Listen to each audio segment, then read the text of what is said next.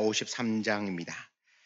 구약성경 이사야 53장 우리 3절에서 6절 말씀입니다.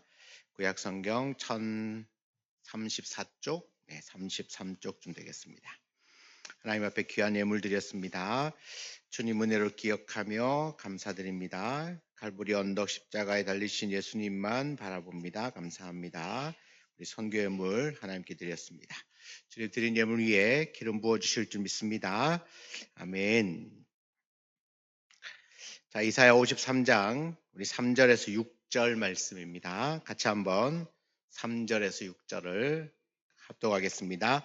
그는 멸시를 받아 사람들에게 버림받았으며 간고를 많이 겪었으며 질고를 아는 자라 마치 사람들이 그에게서 얼굴을 가리는 것 같이 멸시를 당하였고 우리도 그를 귀히 여기지 아니하였도다. 그는 실로 우리의 질고를 지고 우리의 슬픔을 당하였거늘 우리는 생각하기를 그는 징벌을 받아 하나님께 맞으며 고난을 당한다 하였노라. 그가 찔림은 우리의 허물 때문이요 그가 상함은 우리의 죄악 때문이라. 그가 징계를 받음으로 우리는 평화를 누리고 그가 채찍에 맞음으로 우리는 나음을 받아도다. 우리는 다 양 같아서 그릇 행하여 각기 제 길로 갔거늘 여호와께서는 우리 모두의 죄악을 그에게 담당시키셨도다. 아멘. 아멘. 비가 오는 둘째 날입니다. 우리 귀한 자리에 오셨는데 서로를 격려하면서 박수하도록 하겠습니다. 잘 오셨습니다. 네. 인사 나누시겠습니다. 십자가의 사랑을 기억하는 한 주간 되시기 바랍니다. 십자가의 사랑을 기억하는 한 주간 되시기 바랍니다. 네. 새벽에도 잘 하시네요. 감사합니다. 오늘 귀한 시간, 이 둘째 날 새벽에 나오셨는데 하나님께서 특별한 은혜를 다해 주실 줄 믿고 요즘 해가 빨리 뜨더라고요. 날이 밝아지니까 여러분들 마음도 급하셔가지고 기도할 시간이 많이 없죠. 늘 그게 제일 아쉽습니다. 그러면 한 새벽 기도를 5시쯤에 하면 충분히 시간도 기도할 시간이 있을 텐데 그러면 또 오시기가 더 힘드시겠죠. 어쨌든 짧게 기도하시더라도 여러분 말씀을 붙들고 또 여러분의 그 십자가를 기억하시면서 꼭 기도하시고 충분히 기도하시고 그렇게 돌아가시면 좋겠습니다. 오늘은 이사야 53장의 말씀을 가지고 그가 찔림은 이란 제목으로 말씀을 나눕니다. 여러분 고난 중간이 되면 우리는 다른 때보다도 훨씬 많이 십자가를 이야기합니다. 왜냐하면 예수님의 고난과 이 십자가는 그 의미부터 시작해서 이 십자가를 묵상하고 그 십자가가 인사 나누는 것처럼 그것이 은혜고 그것이 사랑이고 그것이 하나님 우리를 향한 놀라운 계획이고 구원이고 이런 사실들을 충분히 깨닫고 또 그렇게 내가 믿고 살아가는 그 삶이 우리의 신앙생활이기 때문에 어쩜 우리 신앙생활의 가장 핵심은 십자가입니다. 그러니까 아무리 많은 예배를 드리고 기도를 많이 해도 그 십자가의 의미, 그 십자가를 경험하지 못하면 어쩌면 우리가 껍데기를 붙들고 사는 것과 똑같을 수 있습니다. 여러분 교회를 다니지만 십자가를 모르고 신앙생활을 한다면 그만큼 힘든 일이 없을 겁니다. 오늘 이 말씀을 통해서 수도 없이 들었을 텐데 다시 한 번 더 이 십자가의 은혜를 그 사랑을 마음판에 새기고 또 그 십자가를 내 삶의 중심에 모시고 그렇게 하루하루를 살아가는 귀한 삶이 되기를 주의 이름으로 축복합니다. 오늘 읽은 이 이사야 53장은 구약 성경 가운데 가장 선명하게 십자가를 예언하고 있는 말씀입니다. 여러분 이사야 선지자는 예수님이 오시기 전 이미 700여 년 전에 메시아의 고난을 기록하고 있습니다. 특별히 5절에 그가 찔림은 우리의 허물 때문이요 그가 상함은 우리의 죄악 때문이라. 이 말씀은 단순한 어떤 시적인 표현이 아니라 이 한 절 말씀이 곧 복음의 핵심입니다. 왜 예수님이 고난을 당하셔야 하는지, 왜 예수님이 십자가를 지셔야만 하는지, 그리고 십자가에서 죽으셔야만 하는지 그 이유가 이 한 절 말씀 안에 고스란히 들어 있습니다. 먼저 예수님은 사람들에게 버림받으신 고난의 종으로 우리 가운데 오셨습니다. 3절에 그는 멸시를 받아 사람들에게 버림받았으며 간고를 많이 겪었으며 질고를 아는 자라. 여러분, 이 메시아, 그러니까 이사야가 예언하고 있는 메시아는 멸시받는 메시아, 멸시받고 고난받고 버림받은 메시아로 예언을 하고 있습니다. 그러니까 이 멸시를 받아 사람들에게 버림받고, 멸시의 삶, 버림받는 삶이고, 그리고 간고를 알고 질고를 안다. 간고는 고통을 말합니다. 인간이 겪을 수 있는 모든 고통을 다 겪으셨고, 질고는 모든 질병들을 말합니다. 그 질병들을 다 아는 자라. 그야말로 고통의 삶이라는 겁니다. 여러분, 예수님이 이 땅에 오셨을 때 사람들이 어떻게 예수님을 대접했습니까? 그는 태어날 때부터 마국간에서 태어났습니다. 아무리 가난해도 마국간에서 아이를 낳지는 않죠. 마국간에서 태어났고 나사렛이라고 하는 아주 촌동네에서 자랐습니다. 그는 종교 지도자들로부터도 배척을 당하고 결국은 십자가에 못 박혀 죽으셨습니다. 사람들은 메시아를 끊임없이 기다렸습니다. 그러나 정작 메시아가 오셨는데도 사람들은 왜 알아보지 못했습니까? 왜냐하면 메시아가 그럴 리가 없다는 겁니다.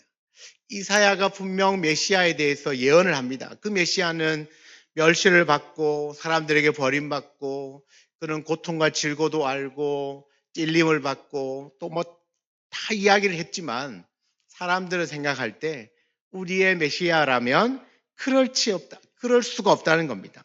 그래서 3절에도 마치 사람들이 그에게 얼굴을 가린 것 같이 멸시를 당하였고 사람들은 예수님을 멸시하고 외면했습니다. 어느 누구도 그를 메시아로 인정하지 않았습니다. 심지어는 마태복음 27장에 보면 그가 남은 구원하였을 때 자기는 구원할 수 없도다. 십자가 위에서도 예수님을 보며 조롱을 했다는 겁니다. 십자가에 달리신 그 예수님을 보면서도 조롱을 했습니다. 그러나 여러분, 여기서 우리가 중요한 사실 하나는 사람들은 어쩌면 영광의 메시아를 기다리고 있지만 예수님은 고난의 종으로 오셨다는 겁니다. 이사야 선지자가 예언한 그대로 그 메시아로 이 땅에 오셨어요. 왜 그렇습니까? 그분은 멸시를 당하고 고난을 당하시는 이유가 있습니다. 바로 우리의 죄를 담당하셔야 했기 때문입니다. 5절 말씀에 그가 찔림은 우리의 허물 때문이고 그의 상함은 우리의 죄악 때문이다. 왜 그분이 고난의 종으로 멸시받는 종으로 오셔야만 하느냐?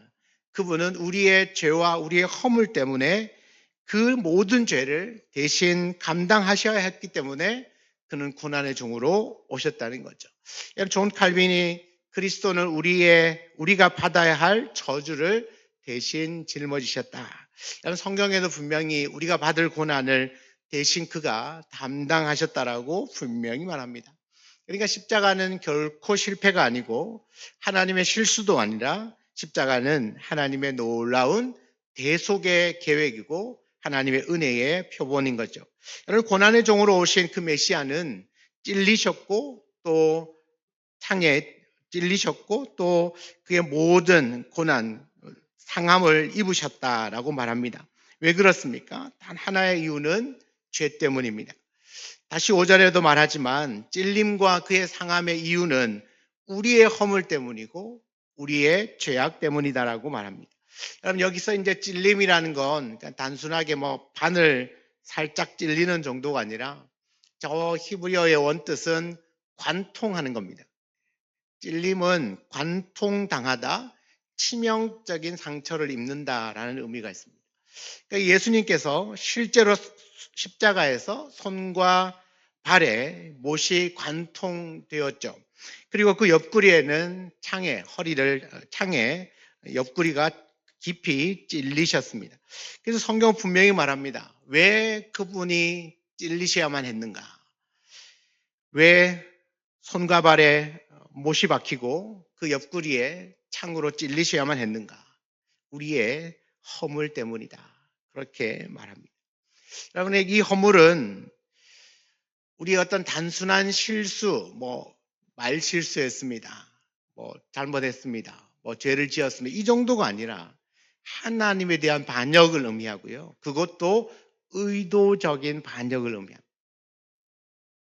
그러니까 우리가 이제 일상 속에 가볍게, 죄가 가벼운 건 없죠. 그러나 우리가 생각할 때, 그 정도라고 생각하는 그 정도 죄가 아니라 하나님을 반역하고 심지어는 의도적으로 하나님께 반역하고 대항하고 저항하는 그 허물마저도 대신하셨다라는 거죠. 여러분, 예수님께서 감당하셔야 했던 십자가의 고난과 죽으심은 명확하게 우리의 죄 때문이라고 말합니다. 성경은 우리의 죄라고 말하지만 실제로는 나의 죄이죠. 우리가 놓치기 쉬운 게 뭐냐 하면 우리라고 하면 항상 나를 빼놓고 생각하더라고요. 내가 그 우리 안에 들어있는데 나는 빼놓고 항상 이 다른 사람, 옆에 있는 사람, 딴 사람을 생각하지 자기를 생각을 잘 안 하더라고요. 그래서 우리의 허물 때문이요 아멘 하는데 나는 상관없는 거죠. 그런데 나 때문이다 하면 기분 나쁩니다. 내가? 근데 여러분, 실제로 예수님은 누구 때문에, 누구의 허물 때문에 죽으셨습니까? 나 때문이거든요. 6절에 보면 우리가 다 양 같아서 그릇 행하여 각기 제 길로 갔거늘. 왜 우리 안에 내가 포함되어 있냐면 우리가 다 양처럼 그릇 행하여, 잘못 행하여서 각각 자기 길로 갔다는 겁니다. 이게 인간의 모습입니다. 하나님을 떠나고 자기 길로 간 거예요. 자기 중심적으로 사는 겁니다. 자기가 원하는 대로 살고 자기 멋대로 살아요. 이것이 죄인 줄 알면서도 살고 모르면서도 살아요. 각각 다 제 길로 산다는 겁니다. 그래서 성경은 모든 사람이 죄인인데, 모든 사람이 죄인이라면 나도 죄인인데, 하나님 보실 때에 다 제각각 살아가고 있다는 겁니다. 죄를 지으면서 산다는 거죠. 죄인지도 알고도 짓고 모르고도 짓고, 그러면서 자기 마음대로 이것이 옳은 것처럼 여기고 살아갑니다. 근데 놀라운 말씀은요, 6절 하반절에 보면 여호와께서는 우리 모두의 죄악을 그에게 담당시키셨도다. 그에게, 바로 메시아 예수 그리스도에게 담당시키셨다는 겁니다. 담당시키셨다는 말은 죄를 그에게 전가시켰다. 우리말로 하면, 요즘 우리가 쓰는 말로 하면 뒤집어 씌운 겁니다. 예수님께 죄를 뒤집어 씌운 거죠. 다 떠넘겨 버렸습니다. 우리의 죄가 예수님께로 다 옮겨진 거죠. 다 옮겨졌습니다. 사도 바울은 말합니다. 고린도후서 5장 21절에 하나님이 죄를 알지도 못하신 이를 우리를 대신하여 죄로 삼으셨다. 예수님은 죄가 없으십니다. 태어날 때부터 동정녀로 탄생하셨기 때문에 그는 죄의 유전도 없습니다. 원죄도 가지고 있지 않습니다. 그가 있는 모든 죄도 다 그분은 죄가 완전히 없으신 분이십니다. 그런데도 그분에게 모든 죄를 다 뒤집어 씌운 겁니다. 전가시키셨다는 겁니다. 내가 받아야 될 심판을 예수님이 대신 받으셨습니다. 내가 져야 될 죄값을 예수님이 다 대신 치르셨습니다. 그래서 십자가는 대속의 십자가죠. 대신하는, 나의 죄를 대신 짊어지시고 심판받으시고 그 죄값을 치르신 것이 바로 십자가입니다. 그러므로 이 십자가가 복음이고 십자가가 사랑이고 십자가가 은혜입니다. 우리가 이 십자가의 대속의, 그 구속의 은혜를 받을 만한 자격이 있습니까? 우리는 허물이 있는 자들입니다. 내가 알든 모르든, 내가 싫든 좋든, 아니면 의도하든 의도하지 않든 어쨌든 하나님을 향하여 대항했던 자들이고 끊임없이 죄 가운데 살아가고 있는 사람들입니다.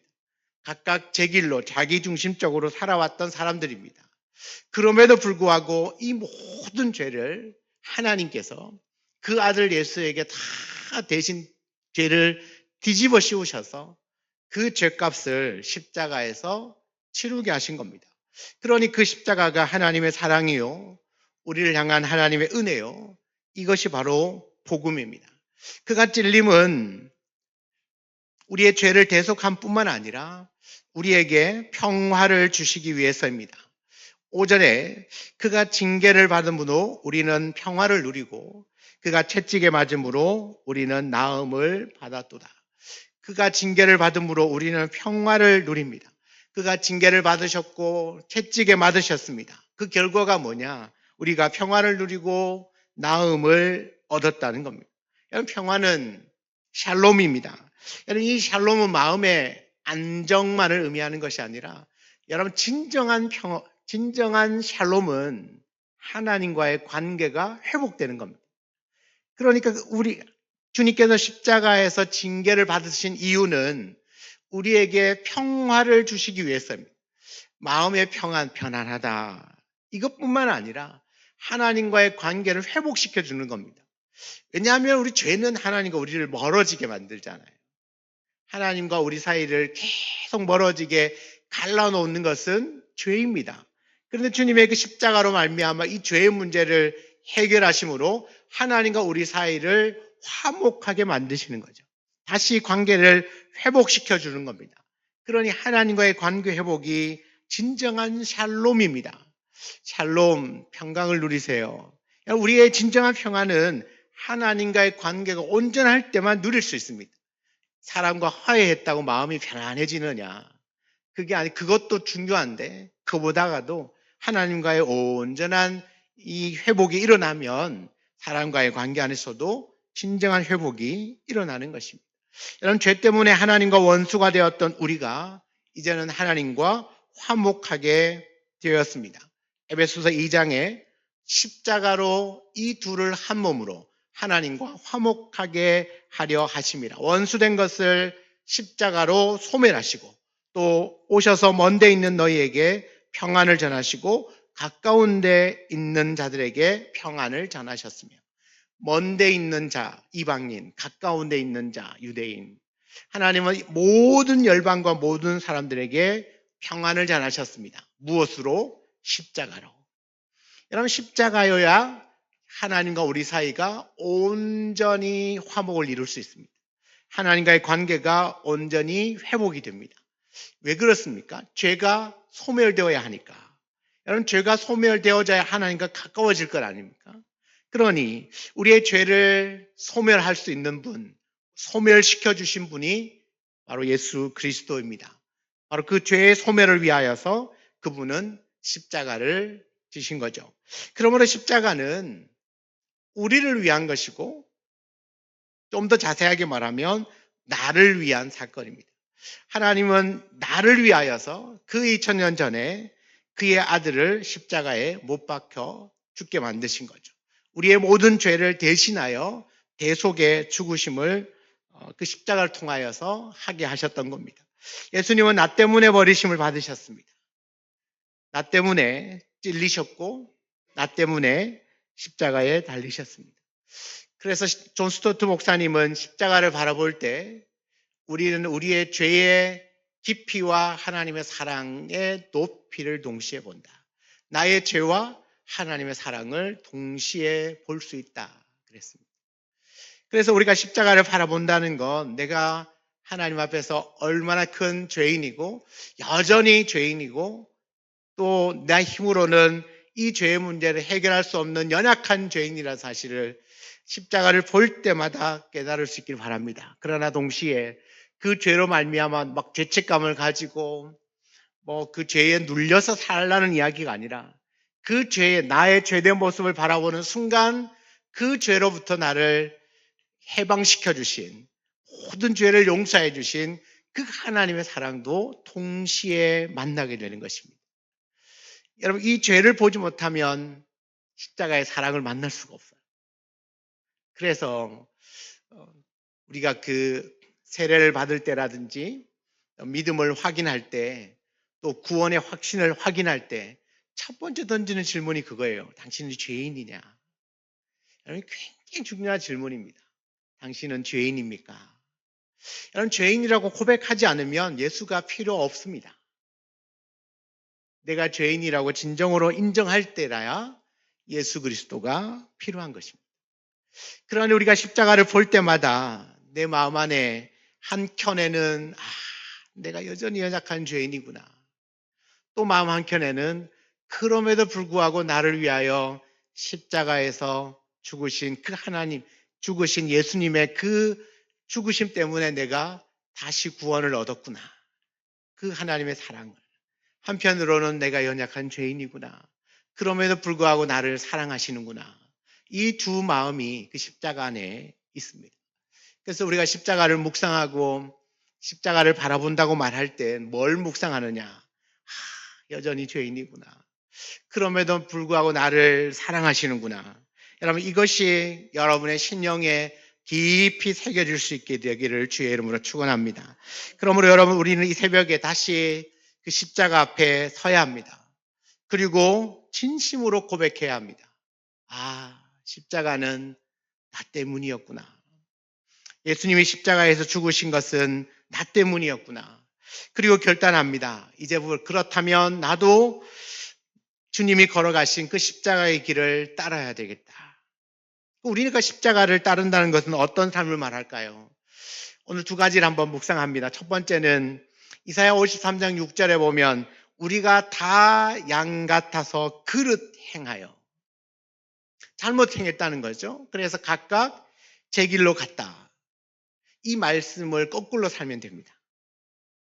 십자가를 따르는 삶은 우리가 다 양과 같이 잘못 행하여서 자기 멋대로 사는 삶이 아니라 거꾸로 내 멋대로가 아니라 하나님 뜻대로 내 기준이 아니라 하나님의 말씀의 기준대로 살아가는 거죠. 내 뜻이 아니라 아버지의 뜻에 순종하는 삶이 십자가를 따라가는 삶입니다. 우리가 십자가의 길을 간다고 할 때 주님이 당하신 고난에 동참해 어떻게 동참하실 겁니까? 여러분도 못 박히시겠습니까? 가시면류관 머리에 박으시겠습니까? 그런 것이 십자가에 동참하는 게 아닙니다. 십자가는 오늘 이 이사야 53장 6절에 있는 말씀처럼 이 십자가를 경험하고 십자가를 따라간다는 것은 이 말씀을 거꾸로 살아간다는 이야기입니다. 모든 사람들은 다 그릇 행하여서 각각 자기가 원하는 대로 살아가지만 십자가를 따라가는 사람은 나의 원함이 아니라 하나님 아버지의 원함대로 살아가는 것입니다. 두 번째는요, 죄를 가볍게 여기지 않는 것입니다. 왜 그렇습니까? 예수님이 찔리신 이유가 나의 죄 때문이었습니다. 여러분, 나의 죄, 내가 지은 죄의 그 대가가 하나님의 아들의 죽으심이었습니다. 여러분, 그럼 또 내가 죄를 짓는다는 말은 또 그 아들을 십자가에 못 박는 겁니다. 그러니 우리가 죄와 상관없이 살아가기 힘든 인생이라면 내 안에 있는 죄의 본성 때문에 죄를 전혀 짓지 않고 살 수 없는 인생이라면 여러분, 우리가 끊임없이 내가 살아가면서 짓게 되는 그 죄들을 절대로 가볍게 여기지 않고 죄와 타협하지도 않고 혹여나 지은 죄가 있다면 반드시 회개의 자리에 나오는 것, 이것이 십자가의 길을 따라가는 것입니다. 왜냐하면 내가 죄를 지으면 지을수록 계속 그 아들을 십자가에 못 박는 일이라고 생각을 해보세요. 그러면 우리가 절대로 죄를 가볍게 여길 수도 없고 끊임없이 반복된 죄를 지을 수도 없는 겁니다. 왜요? 또 못 박을 수는 없잖아요. 계속해서 못 박을 수는 없지 않습니까? 그러므로 십자가를 묵상하는 사람의 삶은 반드시 회개의 삶이 따라옵니다. 여러분, 그러면 우리의 살아가는 삶의 그 중심에는 내 생각과 내 욕심이 기준이 아니라 하나님의 말씀이 기준이고 하나님의 뜻이 기준이 되어서 그 뜻에 순종하는 삶, 이것이 첫 번째입니다. 두 번째는 죄를 절대로 가볍게 여기지 않고 우리가 혹여나 지은 여러 가지 죄에 대하여서도 끊임없이 회개하는 것이 십자가의 길을 따라가는 삶이라는 사실을 꼭 믿으시기 바랍니다. 사랑하는 여러분, 십자가의 길을 따른다는 것은 어쩌면 우리도 쉽지 않은 삶을 살아야 되는 사람이라는 것을 아셔야 됩니다. 이렇게 사는 게 결코 쉽지 않습니다. 그러나 우리는 그 길을 가야 합니다. 그 길을 갈 때 또 감사한 것은 우리를 홀로 내버려 두지 않으시고 그 은혜, 십자가의 은혜를 베푸신 하나님이 우리와 동행하신다는 거죠. 이 십자가의 은혜를 붙들고 살면 그 은혜가 우리를 말씀에 순종하는 삶으로 이끄실 것이고 죄와는 멀어진 삶을 살 수 있도록 우리를 이끌어 주실 겁니다. 십자가의 은혜로 하나님의 뜻에 순종하고 죄를 멀리하는 그 회개의 삶들을 살아가는 저와 여러분, 그 십자가의 길을 끝까지 따라가는 저와 여러분의 삶이 되기를 주의 이름으로 축원합니다. 아멘. 우리 함께 찬양하겠습니다. 우리 찬양을 하고 같이 또 기도하고 하루를 또 시작하겠습니다. 잊을 수 없네, 잊을 수 없네, 하나님의 사랑, 날 살리시려고 주신 생명, 내 십자가 지고 오르신 갈보리 언덕, 날 향한 사랑 때문에 우리 때문에 생명 주셨고 우리 때문에 고통 당하셨네. 우리 때문에 갈보리 오르셨네. 무지한 우리 때문에 나는 보았네, 나는 보았네. 피 묻은 십자가 날 구하시려고 흘린 사랑, 나를 바라보시며 흘리신 용서의 눈물, 날 향한 사랑 때문에 우리 때문에 생명 주셨고 우리 때문에 고통 당하셨네. 우리 때문에 갈보리 오르셨네. 무지한 우리, 한 번 더 우리 때문에 생명 주셨고 우리 때문에 생명 주셨고